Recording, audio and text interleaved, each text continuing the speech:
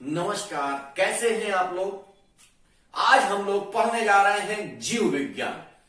जीव विज्ञान के अध्याय 6 में, जिसका शीर्षक है वंशागति का आणविक सिद्धांत या वंशागति का रासायनिक सिद्धांत। इसके अंतर्गत बहुत सारे वीडियो हमने बना दिए हैं। आज जिस टॉपिक को हम लोग ले रहे हैं वो है central dogma of molecular biology. क्या? Central dogma of molecular biology.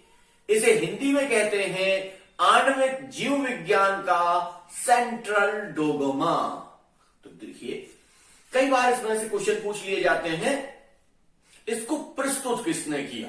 सबसे पहले देखते हैं कि इसको पेश किसने किया। तो इसको प्रस्तुत करने का श्रेय जाता है क्रिक्स को। क्रिक्स ने 1958 में इस सिद्धांत को प्रस्तुत किया। अब ये सिद्धांत है क्या, इसको थोड़ा सा समझ लीजिए कि ये सिद्धांत है क्या। इस सिद्धांत के अनुसार आनुवांशिक सूचनाओं का प्रवाह एक ही दिशा में होता है, उसकी दिशा दूसरी नहीं होती है। ये क्रिक्स ने 1958 में बताया। ये आपको ध्यान रखना है कि कब किस वैज्ञानिक ने क्या चीज बताई। तो 1958 में क्रिक्स ने ये बताया, ये central dogma of molecular biology को प्रस्तुत किया। और इसमें इन्होंने कहा, इस सिद्धांत का मूल जो था वो था कि आनुवांशिक सूचनाएं जो डीएनए के माध्यम से चलती हैं, उनका जो प्रवाह होता है वो एक ही दिशा में होता है, एक ही दिशा में चलती हैं, वो दूसरी दिशा में नहीं चलती हैं। जैसे कि डीएनए से ट्रांसक्रिप्शन के माध्यम से क्या बनता है, एमआरएनए बनता है, और एमआरएनए के ट्रांसलेशन के पश्चात क्या बनता है, प्रोटीन बनता है या पॉलीपेप्टाइड बनता है। इस तरीके से अंगों का, शरीर का निर्माण होता है और आनुवांशिक लक्षण एक पीढ़ी से दूसरी पीढ़ी तक पहुंचते हैं। यह सिद्धांत ही कहलाता है central dogma of molecular biology.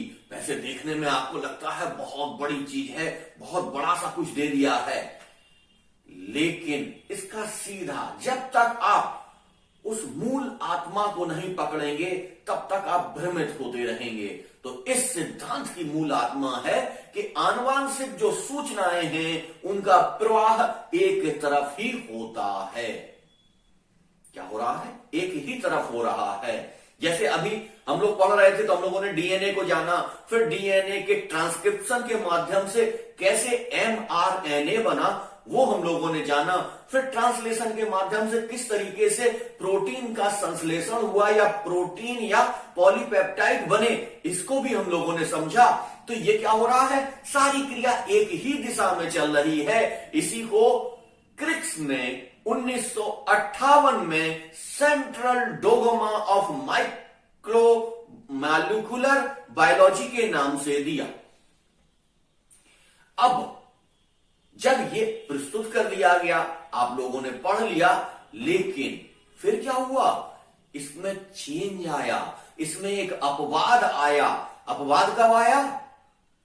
अपवाद कब आया? 1970 में। 1970 में एच टेनिन, क्या? एच टेनिन और डी बाल्टीमोर ने एक नया सिद्धांत प्रस्तुत किया, एक नई चीज बताई। क्या नई चीज थी वो? उन्होंने बताया कि रेट्रोवायरस में, किसमें? रेट्रोवायरस में। रेट्रोवायरस हम आपको पहले समझा चुके हैं कि रेट्रोवायरस कौन है। एचआईवी है, इन्फ्लुएंजा है, टीएमबी है, टीएमबी यानी कि टोबैको मोजेक वायरस, पोलियोमाइलिटीज है। इनमें क्या होता है, इनमें डीएनए नहीं पाया जाता है। डीएनए नहीं पाया जाता है तो इनमें जो आनुवांशिक पदार्थ का कार्य करता है वो आरएनए करता है। वहां जब हम आपको डीएनए और आरएनए समझा रहे थे तब इसका हमने विस्तार से वर्णन किया था। यहां उस विस्तार में नहीं जाएंगे। यहां आपको पता है कि रेट्रोवायरस में जैसे HIV, इन्फ्लुएंजा, TMB, पोलियोमाइलिटिस, इनमें क्या होता है, डीएनए नहीं पाया जाता है। डीएनए जब नहीं पाया जाता है तो आरएनए इसमें क्या करते हैं, आनुवांशिक पदार्थ का कार्य करते हैं। जब आरएनए आनुवांशिक सूचनाओं का प्रवाह करते हैं, आरएनए के माध्यम से सूचनाएं आगे बढ़ती हैं, तब ये कैसे बढ़ती हैं, देख लीजिए। आरएनए से पहले क्या बनेगा, डीएनए बनेगा। आरएनए से पहले डीएनए बनेगा, डीएनए से फिर एमआरएनए बनेगा, मैसेंजर आरएनए बनेगा, उसके पश्चात क्या बनेगा, प्रोटीन बनेगा। इस तरीके से इन विषाणुओं में सूचनाओं का जो प्रवाह है वो कैसा हो रहा है, वो विपरीत दिशा में जा रहा है, उल्टा हो जा रहा है। तो जो central dogma of molecular biology था उसके विपरीत में आ गया, यानी कह दीजिए उसका अपवाद आ गया। अपवाद समझ रहे हैं ना, किसी भी सिद्धांत के विरोध में जब कोई चीज आ जाती है और वो बहुत थोड़ी मात्रा में होती है तब उसको अपवाद बोलते हैं। तो यहां क्या हो रहा है, एच टेनिन तथा डी बाल्टीमोर ने 1970 में आकर बताया कि रेट्रोवायरस में ऐसा नहीं होता है, सूचनाओं का प्रवाह सीधी रेखा में नहीं हो रहा है, वो सीधी रेखा के विपरीत भी हो रहा है। और कहां हो रहा है, ये भी उन्होंने समझाने का प्रयास किया कि रेट्रोवायरस में क्या हो रहा है, डीएनए तो पाया ही नहीं जा रहा। जब इसमें डीएनए नहीं पाया जा रहा है तब इसमें आनुवांशिक पदार्थ का कार्य कौन रहा है, तब उन्होंने खोजा कि इसमें आनुवांशिक पदार्थ का कार्य कौन कर रहा है। तब उन्हें पता चला कि आनुवांशिक पदार्थ का कार्य तो इसमें आरएनए कर रहा है, और जब आरएनए आनुवांशिक पदार्थ का कार्य कर रहा है तब जो सूचनाओं का प्रवाह है वो डीएनए से नहीं होगा, वो कहां से होगा, आरएनए से होगा, और आरएनए से कहां होगा, डीएनए की तरफ होगा। अभी हम लोगों ने क्या पढ़ा था कि डीएनए से ट्रांसक्रिप्शन के माध्यम से एमआरएनए बना और एमआरएनए से ट्रांसलेशन के माध्यम से प्रोटीन बना।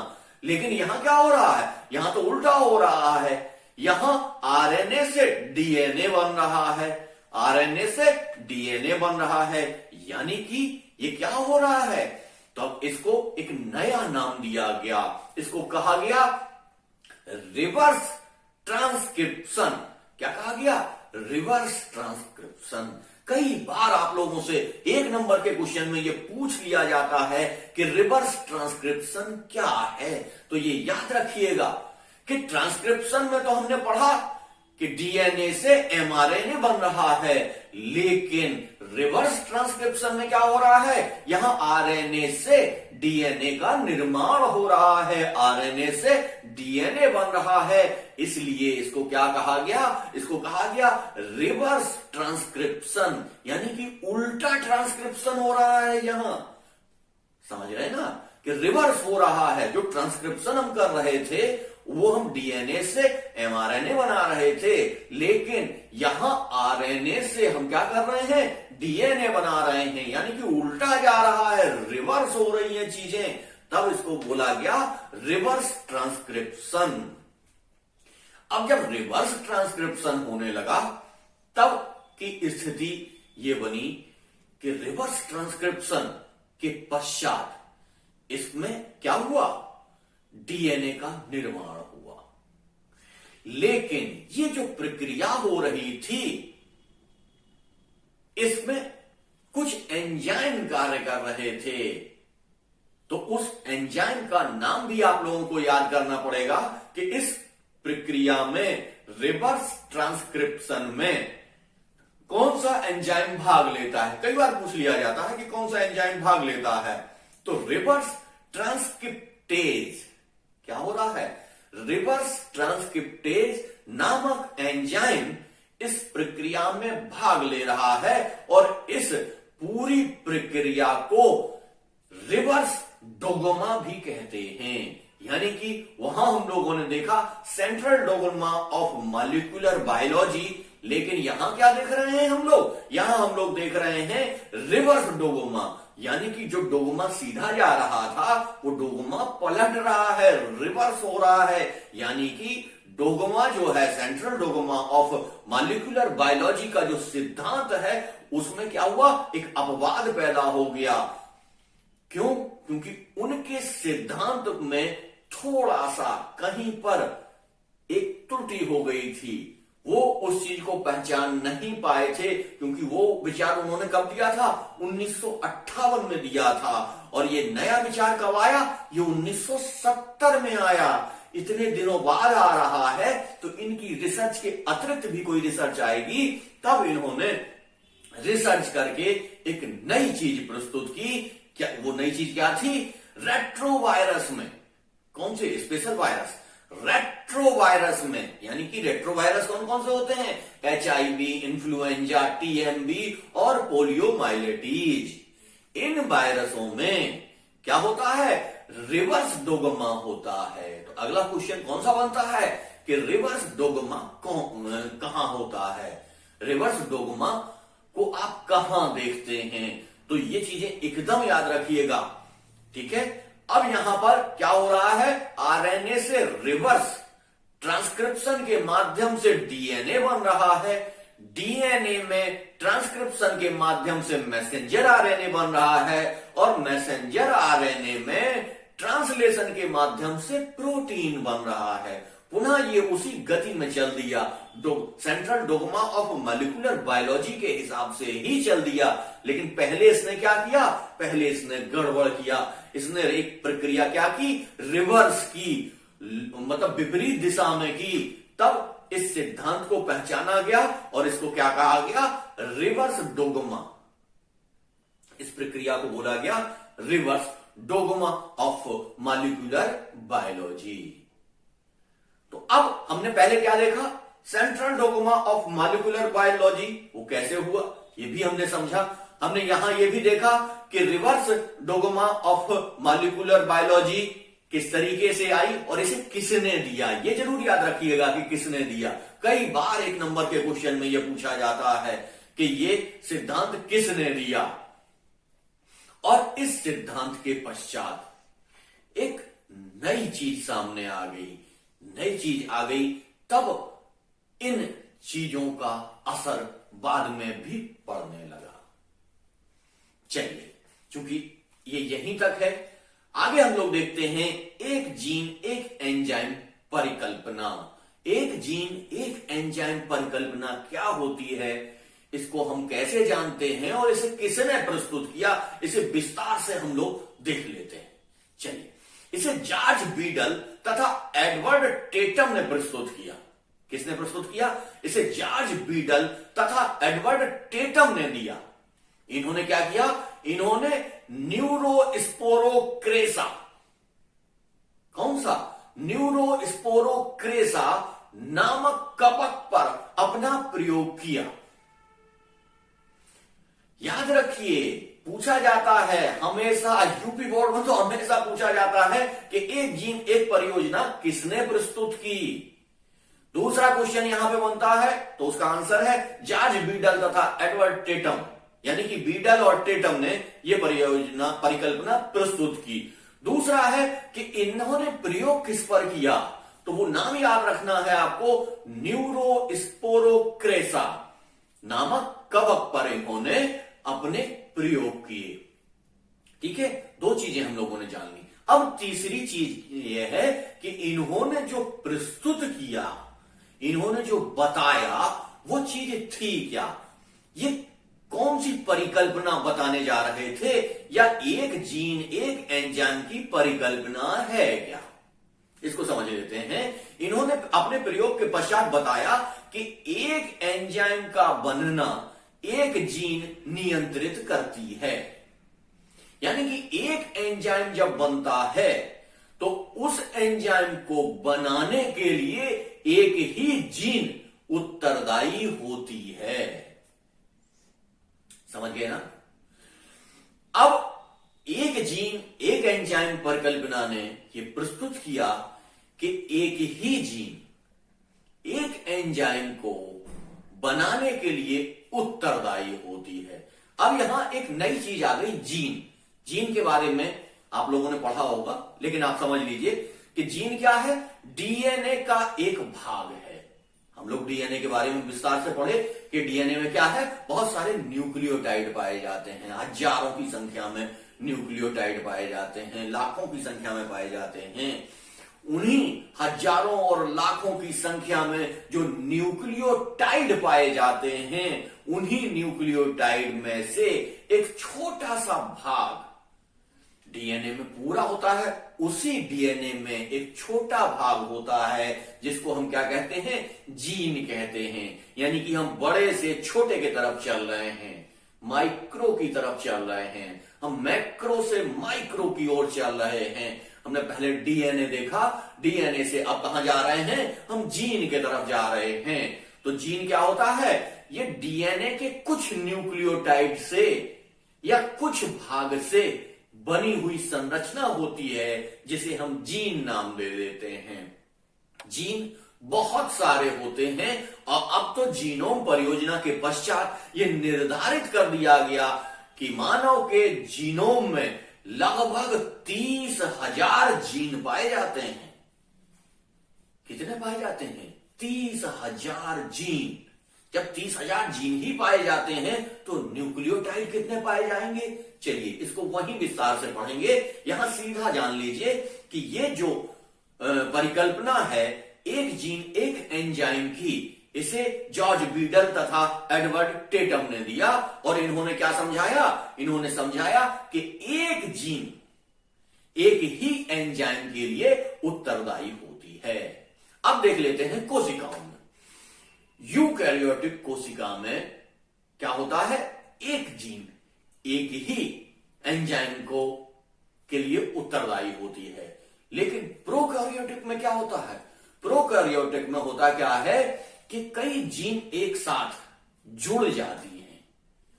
वहां पर भी ऐसे ही है कि एक जीन एक ही एंजाइम को के लिए उत्तरदायी होगी। लेकिन होता क्या है कि जीन आपस में कई जुड़ जाती हैं। जब आपस में कई जीन जुड़ जाती हैं प्रोकैरियोटिक कोशिका में, तब वो पूरी एक जीन, मतलब संरचना आपको बड़ी सी दिखाई देगी, लेकिन है क्या, वो 3 जीन 4 जीन एक साथ जुड़ गई। जब वो 3 जीन 4 जीन जुड़ जाएंगी तब भी वो क्या करेंगी, उन 4 एंजाइम को के लिए उत्तरदायी होंगी। उनमें जो कोड होगा वो 4 एंजाइम के लिए होगा। तो ये जो परिकल्पना है एक जीन एक एंजाइम की, वो यहां पर पूरी तरीके से साबित होती है कि प्रोकैरियोटिक कोशिका और यूकैरियोटिक कोशिका दोनों कोशिकाओं में निश्चित तौर से एक जीन एक ही एंजाइम के लिए उत्तरदायी होती है। कभी कभी देख लिया जाता है कि प्रोकैरियोटिक कोशिकाओं में तो एक जीन कई एंजाइम के लिए उत्तरदायी हो जाती है, लेकिन ऐसा नहीं होता है। तब क्या होता है, कई जीन एक साथ जुड़ जाती हैं और उनको हम ध्यान से देख नहीं पाते हैं, क्योंकि ये माइक्रो होती चली जा रही है चीजें। हम क्या कर रहे हैं, मैक्रो से माइक्रो की तरफ बढ़ रहे हैं। जब हम माइक्रो की तरफ बढ़ रहे हैं तो कई बार ऐसा हो जाता है कि हमारे अध्ययन के दौरान हम उन चीजों को पकड़ नहीं पाते हैं, लेकिन ये सिद्धांत पूरी तरीके से सत्य है। बहुत सारी चीजें बताते बताते ये हो जाता है कि कई बार वीडियो बड़ा हो जाता है, इसलिए वीडियो ज्यादा बड़ा ना हो। वीडियो 1 घंटे 1.5 घंटे 2 घंटे का अगर हम बना दें तो आपको पढ़ने में समस्याएं आएंगी। इसलिए वीडियो को थोड़ा छोटा रखा जाता है। जितना वीडियो छोटा रहेगा आपको पढ़ने में आसानी रहेगी। इसलिए आज का टॉपिक यहीं तक। हाँ चलिए, अब आता है हमारा question answer section. Question answer section में सबसे पहले तो आपको यह बताना है कि रिवर्स ट्रांसक्रिप्शन क्या होता है। पहला क्वेश्चन, रिवर्स ट्रांसक्रिप्शन क्या होता है। दूसरा क्वेश्चन, रिवर्स ट्रांसक्रिप्शन के लिए कौन सा एंजाइम उत्तरदायी होता है। तीसरा, रिवर्स डोगोमा सिद्धांत। कौन सा, रिवर्स डोगोमा सिद्धांत किसने प्रस्तुत किया। अगला है कि एक जीन एक परियोजना सिद्धांत किन वैज्ञानिकों ने प्रस्तुत किया। और फिर सबसे आसान, जहां से हम लोग शुरू कर रहे थे कि central dogma of molecular biology किस वैज्ञानिक की परिकल्पना है या किस वैज्ञानिक की खोज है। यह क्वेश्चन आप हमें कमेंट सेक्शन में आके बताइए। आप लोग बहुत अच्छा कर रहे हैं, बहुत अच्छे से पढ़ रहे हैं, सारी चीजें बहुत अच्छी हैं, लेकिन जब तक आप क्वेश्चंस के आंसर नहीं देंगे तब तक हमें कैसे समझ में आएगा कि आप लोग कहां तक पढ़ रहे हैं और कहां आपको समस्याएं आ रही हैं। चलिए हम लोग देख लेते हैं। बहुत से स्टूडेंट, हम देख रहे हैं बहुत सारे स्टूडेंट हमारा चैनल देख रहे हैं लेकिन चैनल को सब्सक्राइब नहीं कर रहे हैं, तो प्लीज चैनल को सब्सक्राइब कर लीजिए।